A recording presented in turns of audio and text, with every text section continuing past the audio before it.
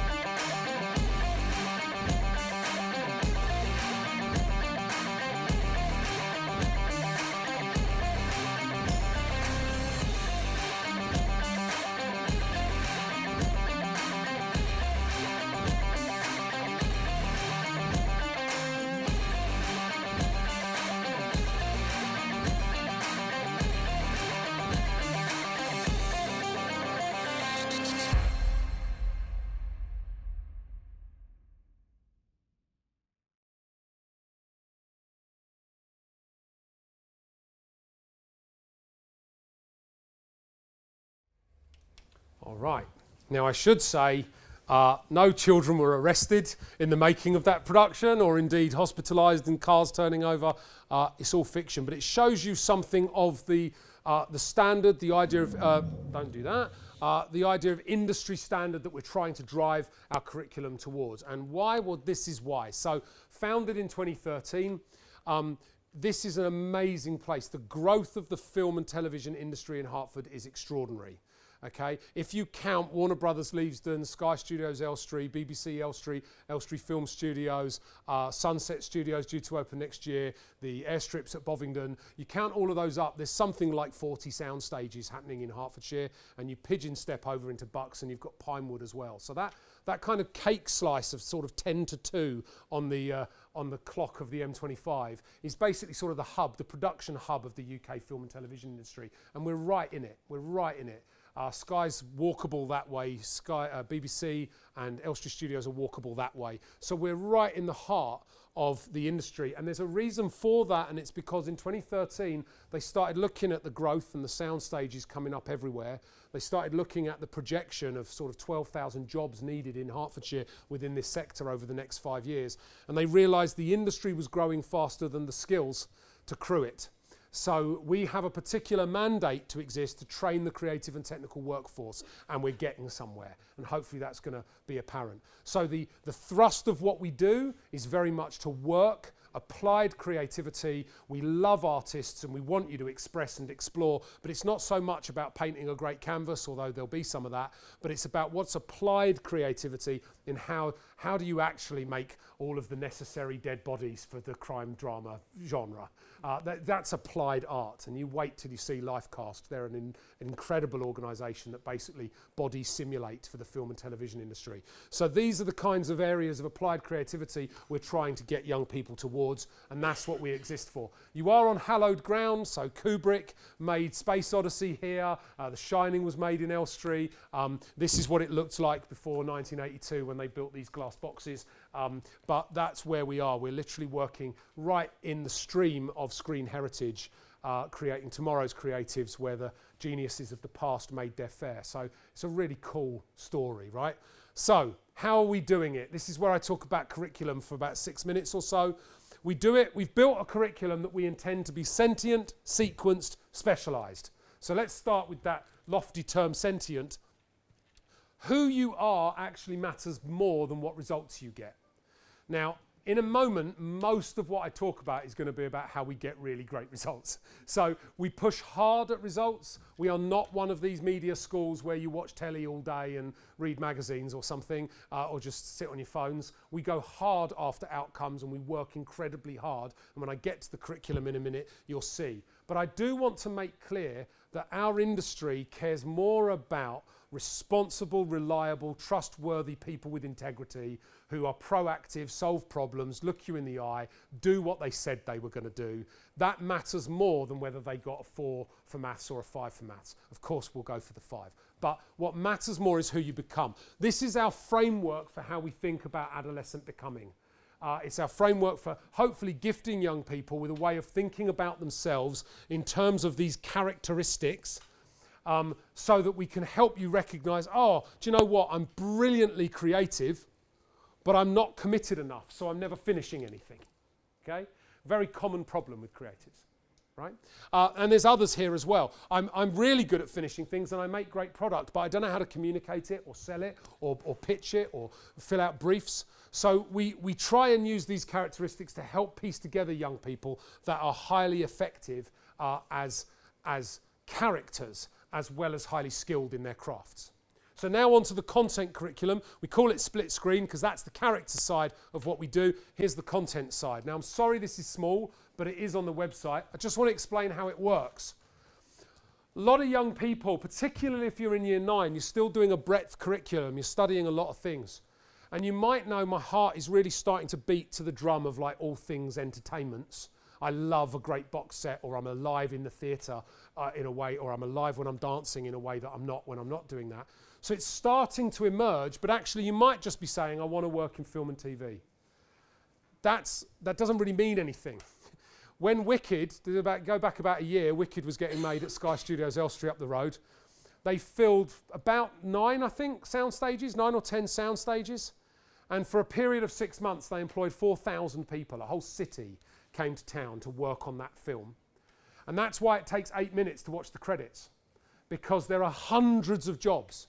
And so when you say, I want to work in film TV, that's not enough. Actually, what you want to be saying is, what is a colorist? What is grip? What is gaffer? What a Foley? What's Foley? What's that about? We want our young people to get really quite specialised into understanding what the crafts, trades and technical disciplines are that really power this industry, the Productions Guild. That's what really matters. If you're a performer in this room, we love you, because there'd be nothing to film if you weren't dynamic and wonderful in front of a camera. But actually, performance is a tiny piece. For every one person in a film, there's probably 30, 40, 50 people who are actually making that magical moment happen and making that performer look amazing. That's the real magic of our industry, and we're here for those skills and trades even more than we are for the performers. So what you do with this tool that we've created, we call it our pipeline curriculum. You find the kinds of jobs you're really interested in, and then you work up the pipeline. What should I study at post 18? What should I study at 16 to 18? And where should I start as a 14-year-old? If you come in year 10, you'll probably be taking subjects in 4, maybe even 5 pipelines, okay? Because it's still broad. As you then get into post 16, you'll probably be figuring out, do you know what? I'm kind of over here in post-production and animation and virtual production. I'm kind of in these 2 pipelines. And by the time you're taking a traineeship, you'll be in one pipeline becoming really, really skilled in that particular discipline so that you're ready for the workplace. So that's the first way we sequence our curriculum. The second way is our additionality, what we call ESA magic. We do not call it extracurricular because it isn't extra. It's not the spice. It's as important as our taught curriculum.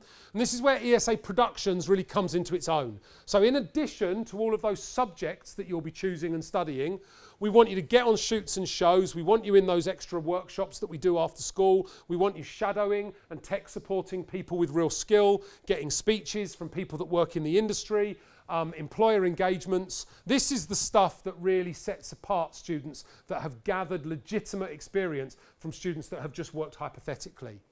And you can see our 7 C's coming back here as we actually grade students in, are they just participating in the additional ESA magic? Are they really developing skill and collaboration?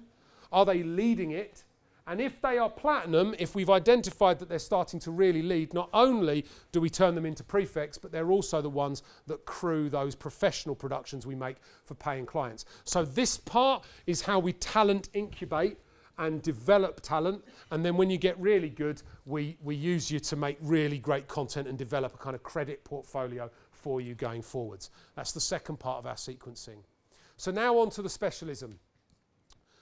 Where are we the same as every school? Well, if you're coming in year 10, we call these our creative fundamentals. You will never write or interpret a wonderful script. You will never have great creative ideas if you're not in love with story, if you're not properly reading, and I mean reading challenging, wonderful fiction. We have to develop the English skills, the mathematical skills, and those fundamental problem-solving science skills if our young people are going to be good at really anything, to be honest. So we call these creative fundamentals, and we go hard after these. Like I said, we're not a chill-out, creative, like woolly. We are creative, but what are the skills for applied creativity? You'll do 5 hours a week of English, 5 hours a week of maths, 5 hours a week of science. That's probably more than you do in your current school, I suspect. If you're on a 2-week timetable, you probably do 9 hours a fortnight. We do 5 hours a week, okay? Really matters. Here's where it gets quite exciting though. Alongside that core curriculum provision, we allow you to choose a really beautiful array of creative subjects. You must choose one technical, creative technical. These are brilliant. They're worth 4 GCSEs, and you study them for 6 hours a week, okay? And then in addition to that, so we call this creative technical. So we've got creative fundamental, creative technical, and then our creative freedoms, where you've basically got free choice to pick up a few more GCSE or GCSE equivalent. So in total, you'll be doing, what is that? What have I said? So you'll be doing 15 hours a week. You'll then do another 6, 3, so 12. So you'll be doing 15 plus 12 plus 1 hour a week of PE as well, okay? That's what you'll be taking if you come into 14 to 16. I really love it. It's the kind of curriculum that would have kept me in school and achieving highly as a young person, and I think it works for a lot of our young people. Okay. At post 16, it gets even more specialist. These qualifications over here, each one is either an A-level or it's an A-level equivalent. Each one of those is one A-level, one subject. You'll study it for 5 hours a week. So you can either come here and pick 3 of those and do English literature, A-level drama and A-level sociology if you're particularly academic, and you'll get your 3 A-level parcel that way, 15 hours a week.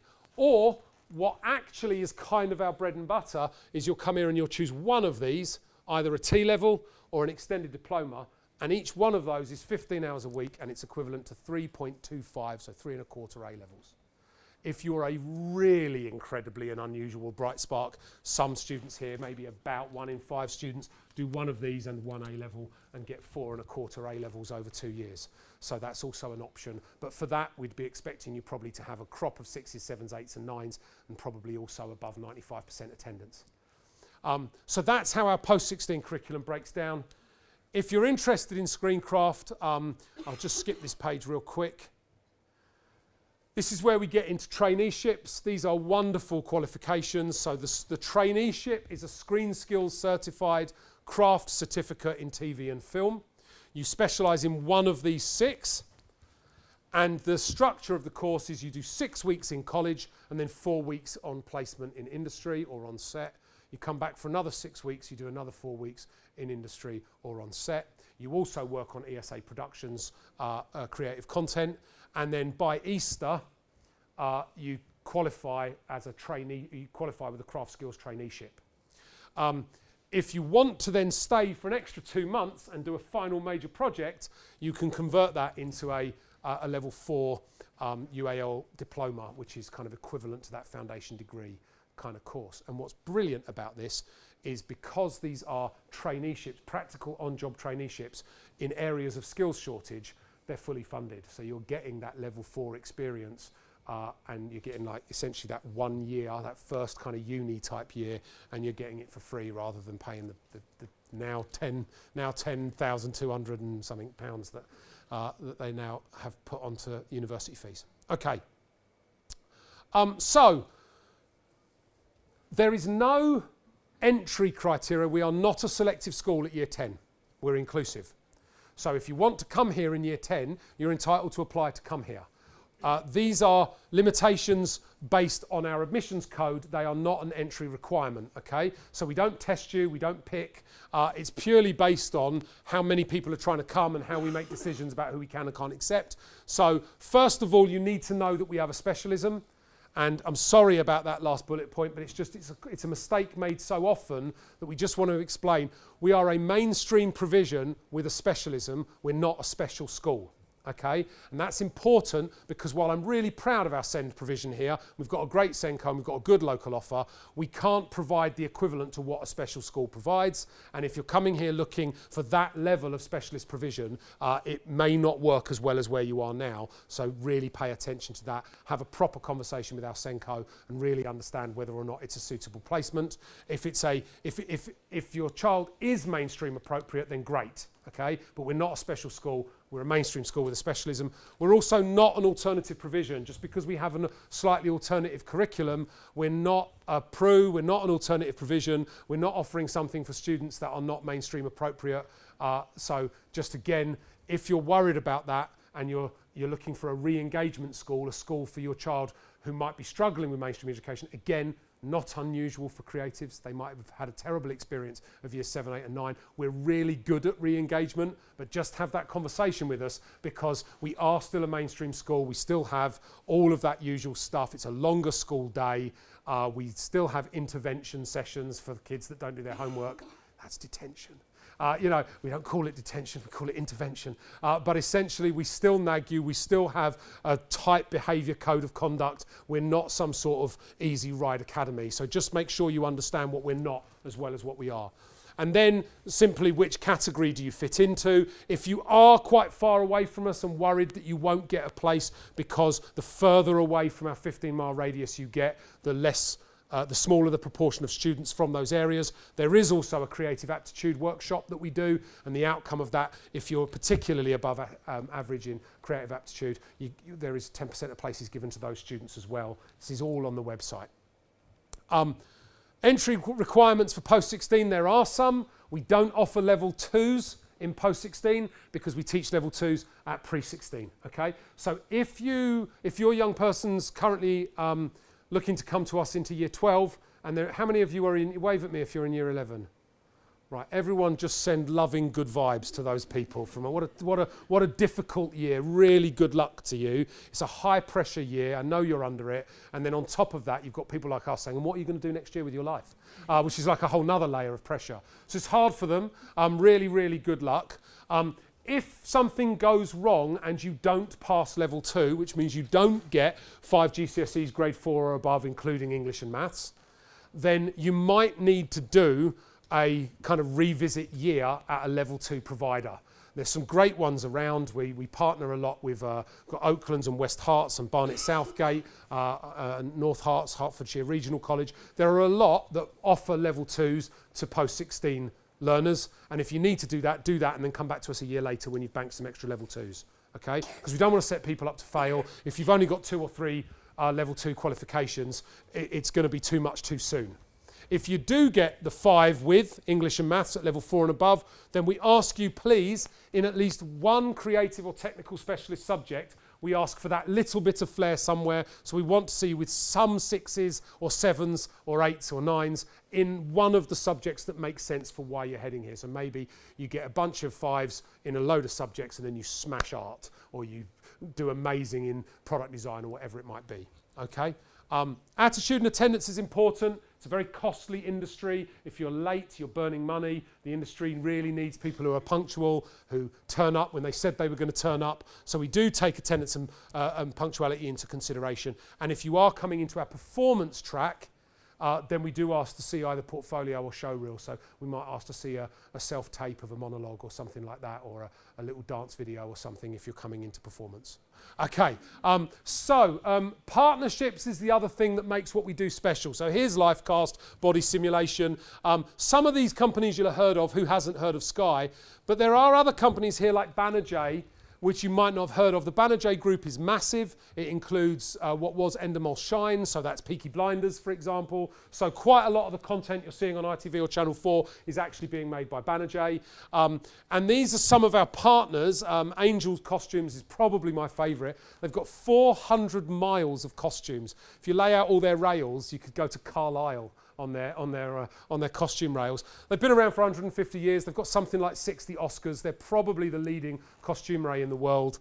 Really remarkable company. These are some of the people that provide either placements, or they provide mentoring or speeches. They come in and speak to do presentations for our students. And what's great about making content for some of these organisations, Apples and Snakes, we make about 30 to 40 productions for them a year.